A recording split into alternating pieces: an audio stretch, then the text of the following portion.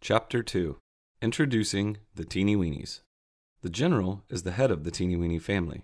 He is very kind and wise, and all the little folks trust and love him.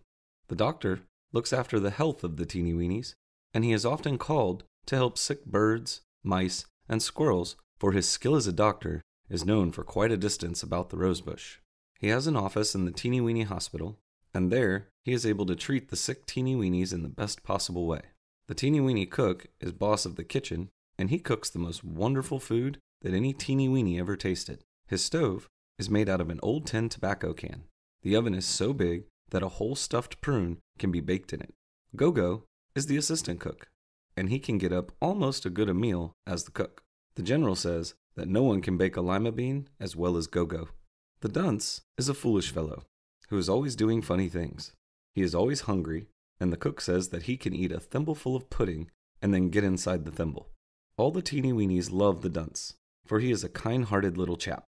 The old soldier has only one leg, but he is a good carpenter, and he can make beautiful furniture out of a few matches. He is also a good tailor, and he knows how to mend shoes wonderfully. The Lady of Fashion is the most beautiful Teenie Weenie lady. She dresses in the very latest style and makes many things with her tiny needle. She is housekeeper at the shoe house and often helps the doctor, for she is a very good nurse. The policeman is a fat little fellow whose duty it is to walk about and look after the Teenie Weenie children. He settles disputes among the Teenie Weenies and chases away bugs that get too near to the Teenie Weenie houses. Grandpa is the very oldest Teenie Weenie. He spends most of his time sitting in front of the Teenie Weenie fireplace. China looks after the Teenie Weenie washing. He lives in an old teapot, which has been made into a fine laundry. The spout of the teapot makes a good chimney, for China must have a fire most of the time, as he needs hot water to wash the clothes, and also a place to heat his tiny irons. Zip is the Teenie Weenie wild man. He came from a tribe of tiny wild men to live with the Teenie Weenies. He rooms with China and helps him with the washing. The cowboy is a great mouseback rider. In fact, he can ride most anything. He once rode a bucking grasshopper, but he said it was pretty hard work. He can throw the lasso with wonderful skill, and he is a good hunter. The Indian is a silent little fellow.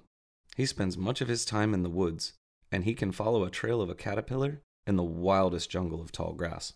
The Scotchman is quite a musical Teenie Weenie. He plays the bagpipes and dances many fancy steps. The sailor is a great swimmer and knows all about boats. The Turk is very strong. He can lift a thimbleful of water above his head, and he can carry a lead pencil on his shoulder. He knows a great deal about machinery, too. Rufus Rhyme is the Teenie Weenie poet, who writes verse and songs for the rest of the Teenie Weenies to sing. Paddy Pin, the tallest Teenie Weenie, is very jolly and a wise man.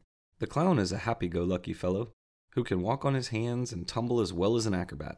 He loves to play jokes, and the Dunce is his great chum. Tessie Bone is the newest Teenie Weenie.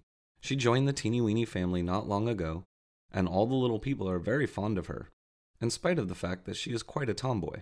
There are several Teenie Weenie women and children, and all these little people live very happily in their tiny houses under the rosebush. All the Teenie Weenies must do their share of the work. If you don't work, you can't eat. This is their motto, and the work is usually done, for all the little folks have good appetites. Every day, some Teenie Weenie has to help the cook, and Go-Go wash up the dishes. And the next day, he has to help the Lady of Fashion make the beds and sweep up the house, while on another day, he must help cut wood for the stoves and the fireplaces.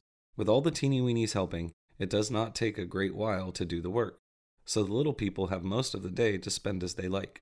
The Teenie Weenies are always ready to help a friend in need, and many times they have helped the squirrels, the birds, the rabbits, and the mice who live near the rosebush. Every summer, the little people plant a garden and raise many vegetables, which they store away in a great cellar under a tiny hill near the shoe house. Each fall, the cook makes delicious jelly and apple butter and puts up many cans of fruits and vegetables for use during the long winter. The little people smoke many fish and frog hams too. 4 potatoes will keep the Teenie Weenie family supplied all winter, and when the cook wants some potatoes for a meal, he goes into the cellar and cuts off a piece.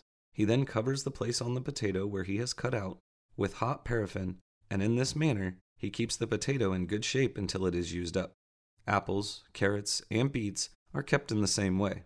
So you see, the Teenie Weenies have plenty to eat during the winter. In the summer, they live on fresh fruit and vegetables from their garden, while once a week they buy a fresh minnow from a friendly kingfisher for a fish dinner. Occasionally they buy an egg from an old hen, which keeps them supplied with food for a long time. But the Teenie Weenies don't have eggs often, for they're expensive, as the old hens demand 25 grains of corn for each egg.